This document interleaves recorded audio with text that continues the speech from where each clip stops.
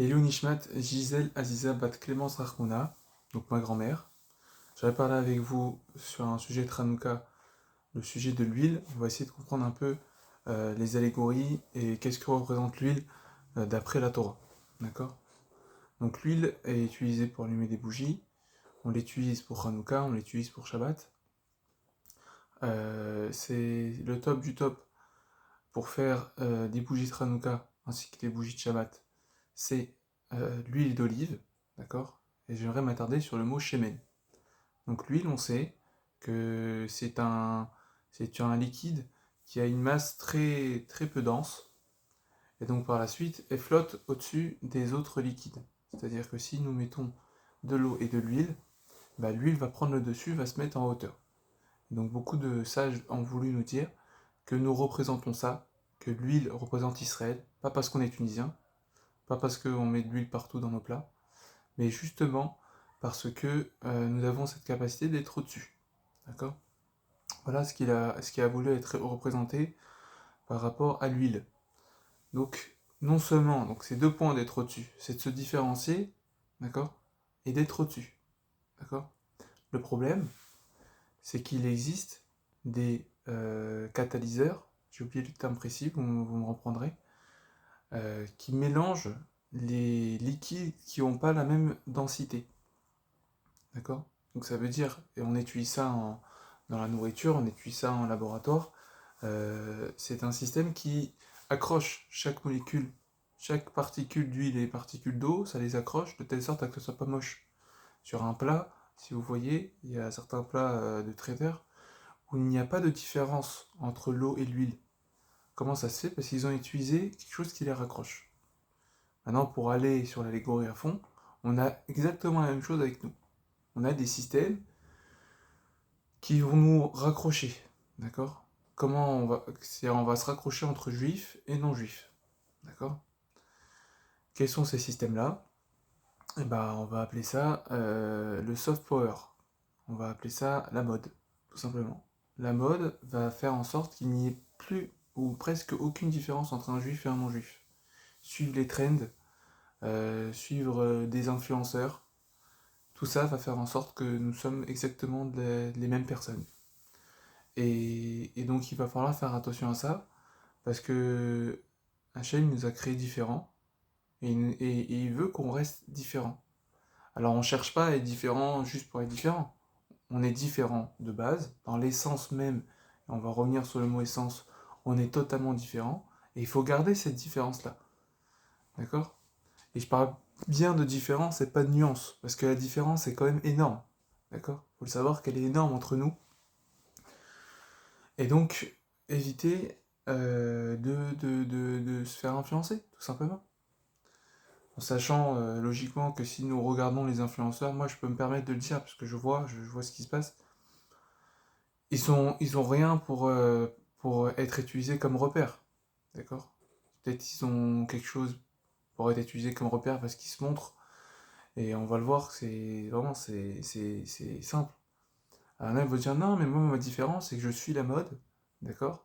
Mais je fais Shabbat. D'accord, c'est bien, c'est super, Khazak, magnifique de faire Shabbat. Continue à faire des mitzvot, continue. Voilà, moi je vais étudier 1 heure dans la journée, mais entre-temps, le soir, je regarde Netflix. Ok, c'est bien, mais c'est pas ce qu'on demande. On demande de ne pas être influencé par cette mode qui casse tout. Voilà, je vais prendre un sidour, hein. Euh, voilà. Qu'est-ce qu'on lit à Hanouka?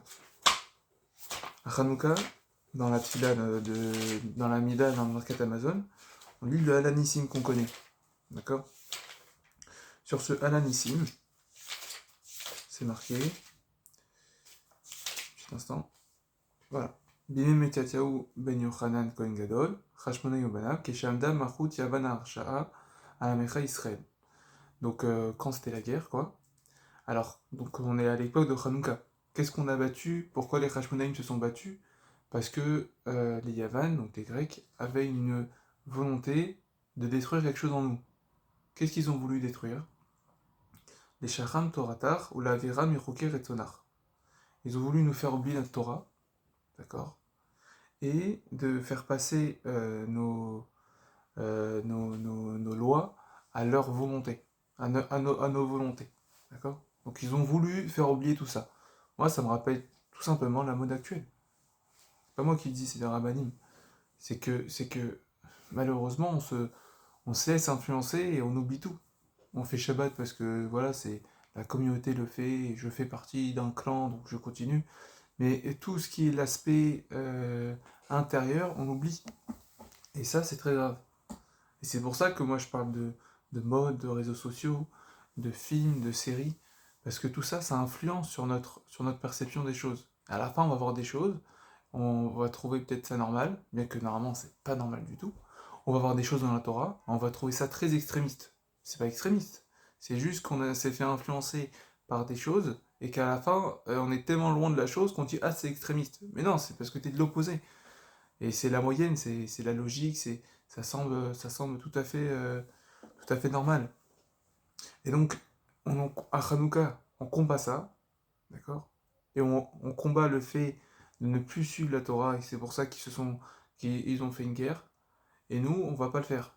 Et nous, on va accepter le fait que je continue dans l'axe de la chose que mes ancêtres se sont battus. Les Hashmonim se sont battus contre ça, et moi je continue, je suis pour, et j'entretiens ça, je fais en sorte que mes enfants voient ça, j'achète des choses pour que mes enfants continuent dans ce sens-là. C'est pas bon. Sans compter le fait qu'on voit la Torah comme extrême, etc. Ça, c'est une mauvaise vision des choses. C'est sûr qu'il y a des obligations, comme toute discipline. Imaginez que la Torah, qui est encore plus qu'une discipline, évidemment qu'il y a des obligations. Mais après, il faut voir les résultats qu'il y a derrière. Un meilleur sens de la vie, moins d'histoires pour des bêtises. Voilà, j'ai entendu des histoires pour des bêtises, tout ça parce que ça développe rien. Ce qu'on voit dans les réseaux sociaux ou les séries, ça développe rien, à part l'honneur.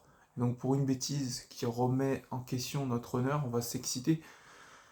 Et donc il faut absolument travailler ça et faire dans l'axe que Hanouka nous demande. On est en plein Hanouka, il faut prendre des choses sur nous. Et je finirai sur quelque chose que j'ai vu. Euh, j'ai vu quelque chose de très intéressant qui explique voilà, Hanouka on combat. Alors qu'on soit bien clair, on combat quoi? On combat tout l'esprit grec. D'accord? Cet esprit grec. Et vous allez me dire, oh, grec c'était à l'époque, c'est fini de nos jours, c'est une salade, ça n'a rien à voir. Non, non. On vit dans l'esprit grec. Ils ont tellement une grande influence des Yévanim qu'on utilise encore cette influence. Le culte de soi, le fait de mettre en position l'épicurien, le plaisir avant les obligations, ou voilà, c'est plein de choses, je vous laisse vous renseigner, je ne peux pas élaborer de ça dans une aussi petite vidéo, mais on combat, à Hanouka on fait pas de Seudat Mitzvah parce qu'on n'a pas fini ce combat. Ce combat est actuel, il est tous les jours, et il est partout, et il est même dans les chiottes, il est même avec les rabbinim. Et il est de partout, partout, partout. Maintenant, il faut que chacun combatte un peu ça pour lui-même, pour sa communauté, pour sa famille, protéger ses enfants de ça, et protéger, si je dois résumer, protéger les référentiels, l'essence de la vision des choses actuelles. D'accord? Je vais donner un exemple qui est très simple, et je finirai sur ça, promis. Yevanim, et ils ont absolument voulu développer le culte de soi. D'accord? Ils ont voulu mettre en position grande la superficialité par rapport à la profondeur des choses. D'accord? C'est ce qu'on a voulu développer. C'est ce qu'ils ont voulu développer. Donc c'est eux qui ont créé les théâtres. Il faut savoir qu'on ne peut pas aller dans un théâtre. Après la on ne peut pas aller dans un théâtre. Dans un stade de foot, on ne peut pas. Un concert, on ne peut pas. Voilà. Pourquoi? Parce que ça vient développer spécialement la superficialité. Il n'y aura aucune profondeur dans un théâtre. Peut-être qu'il y aura des choses touchantes, sentimentalement, mais ça n'a strictement rien à voir avec notre volonté. Et donc ils ont mis en place que la superficialité est encore plus importante que l'intérieur. Si vous voyez, de nos jours, on est tous touchés par ça, le marketing. Je vois la photo de ce que je vais manger dans un certain restaurant, je sais que c'est une belle photo, et je sais que c'est pas exactement ce que je vais manger. Et ça me dérange plus. C'est-à-dire qu'on est devenu à une capacité où le superficiel suffit, même si on sait que le fond est catastrophique et pas bon pour la santé, c'est pas bon, c'est pas beau, et ça nous dérange plus du tout. D'accord? Et c'est ça qu'ils ont voulu représenter. Et justement, à cette période-là, il y a un S avec quelque chose qui s'appelle le shemen, qui s'appelle l'huile. Et la particularité de l'huile, c'est que le mot c'est shemen. Et shemen, c'est chez, 3 petits points, shin, 3 petits points, ça veut dire que, min, m, même, nun, 3 petits points, ça veut dire deux, c'est-à-dire que deux. Ça veut dire que shemen, c'est de la chose. D'accord? Chez min, ça vient de. D'accord? Et à chaque fois, ça revient à ça vient de. C'est quoi la source? C'est quoi son essence? Et le miracle de Hanouka, il s'est passé sur quelque chose qui s'appelle shemen. On m'a dit que c'est le Maharal qui dit ça, je ne l'ai pas trouvé. Mais le shemen, pourquoi on a choisi le shemen, pourquoi le shemen revient beaucoup dans la Torah, c'est pour nous faire rappeler qu'on doit voir la profondeur des choses et être dans le fond des choses. Et arrêter d'être dans le superficiel. J'ai vu la semaine dernière des personnes, ah, nanana, c'est une fête, allez hop, on va faire les photos, donc c'est bon, on a déjà fait la photo, on recommence, on va éteindre les lumières, on va faire la vidéo, on va faire un bon son, et on va le poster sur les réseaux sociaux. Ça y est avec ça, ça y est, allons dans l'essentiel. Et la personne, c'est ça qui m'a étonné, la personne qui était concernée par cette fête, au bout d'un moment, rassera. Euh, C'est pour sa fête c'est pour sa fête à elle. Elle était en train de la saouler pour faire des photos. Donc on perd tout le fond de la chose. Arrêtons avec cette superficialité. Restons dans la profondeur des choses. Alors vous allez me dire, ah c'est très compliqué de nos jours. Oui, bien sûr, c'est très compliqué parce que le monde est rempli de ça. Alors comment revenir aux fondamentaux? Eh ben il faut revenir sur la Torah. Il y a que ça. Et excusez-moi, hein, pas la Torah de YouTube. À YouTube, vous apprendrez pas la Torah, ça c'est clair. Et pas la Torah des réseaux sociaux, ça c'est des moyens d'attraper des gens qui sont loin. Mais si, bah, au Hachem, vous n'êtes pas loin et que vous avez la chance d'avoir des rabbinim compétents autour de vous, ou pouvoir aller, je sais pas, à la yeshiva, ou des séminaires comme les rabbinim font pour les filles ou pour les adultes, faites-le. C'est là où on va apprendre la Torah. Et c'est là qu'on va revenir aux fondamentaux et on va voir qu'on est dans une optique totalement différente. Alors il y en a, ils vont me dire non, mais c'est ma façon de réfléchir. Mais t'as pas de façon de réfléchir, tu te fais influencer dans tous les cas. Ça n'existe pas. J'ai ma façon de voir les choses. Non, mais ta façon de voir les choses a été faite par l'environnement que tu vis. D'accord? En psychologie, on dit que nous sommes la moyenne, je suis la moyenne des 5 personnes que je fréquente le plus.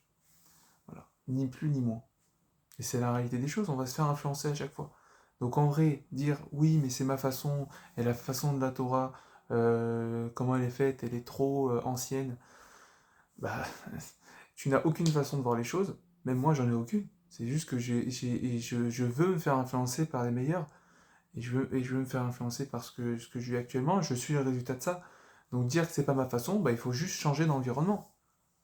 Et dire que la Torah est aérée, je le dis encore une fois, c'est faux. C'est faux, c'est archi faux. La Torah, elle est anti-temps. D'accord? Elle a existé, si je ne me trompe pas, 987 générations avant la création du monde. Elle a été créée avant même la création de l'homme. Alors on va dire elle est aérée. Non, c'est faux. C'est juste qu'il faut un peu savoir lire entre les lignes. Encore une fois, un problème de fond. Il y en a, ils vont dire, ah, la Torah, c'est un peu vieux, ça parle de vaches. On s'en fout des vaches. Ça parle d'un vache et d'un taureau qui a encore X. On s'en fout. C'est des exemples. C'est des exemples pour qu'on comprenne la mécanique de la halakha et la profondeur de ce qu'on a enseigné dans la Torah et ce que les Khamim ils enseignent. Donc si je dois revenir sur quelque chose, et je finirai par ça, revenons à l'essentiel, arrêtons d'être pro-superficiel et grandissons grâce à la fête de Hanouka. Soyons la lumière que Hanouka représente. C'est marqué dans le Maharal que le juif est représenté par le Hesh et l'eau est représentée par le Goïm. C'est très étonnant, d'habitude l'eau c'est la Torah, d'accord, c'est une autre allégorie. Pourquoi je parle de ça? De la même manière que si nous mettons l'eau sur le feu, l'eau va totalement éteindre le feu, d'accord? L'eau va l'éteindre directement, d'accord? Mais si nous mettons le feu à côté de l'eau, c'est-à-dire qu'on le différencie bien, le juif on le différencie du goy, on le met, que ça soit loin, un peu proche, etc., le feu aura le combat sur l'eau sans même le toucher, sans même le toucher. Pourquoi? Parce que le feu va évaporer l'eau qui est à côté, d'accord? L'eau a la capacité que si on la met directement sur le feu, ça arrête. D'accord? Donc si on se met dans la façon de réfléchir comme les goïms, on va se faire assimiler dans tous les cas. Mais si nous sommes un feu qui reste loin de l'eau, l'eau n'aura aucune influence, et à force, l'eau s'évaporera. Alors qu'est-ce que ça veut dire s'évaporer? Est-ce que ça veut dire qu'on veut détruire les goïms? Non, ça veut pas dire ça, ça veut dire autre chose. Mais ce qu'on veut dire par là, c'est qu'il faut rester à distance, d'accord? Et il faut être la personne qu'on est, d'accord? Par exemple, je vois des personnes en Israël qui ne portent pas la kippa. Il y en a en France, ils se battent pour mettre la kippa, ils mettent la casquette. Ici, ils mettent pas la kippa. Voilà. Parce que l'autre, il lui dit pourquoi tu mets la kippa? Mais t'es juif, tu mets la kippa, c'est tout. Certes, c'est pas une obligation la kippa, que c'est une midat à chassidoute. Mais mets-la, t'es fier d'être juif. T'es fier d'avoir Hachem qui te dit voilà, je suis au-dessus de toi. Non? Donc voilà, essayez de grandir. Et le point superficiel, c'est un point de toute une vie, parce que, imaginons, voilà, j'ai 24 ans de superficialité, ça va être très dur de revenir à l'essence des choses. Mais essayons petit à petit de grandir sur ça, et arrêtons de se faire influencer par Egoïm et par ces réseaux sociaux. Kol Tov, Hanouka Samer.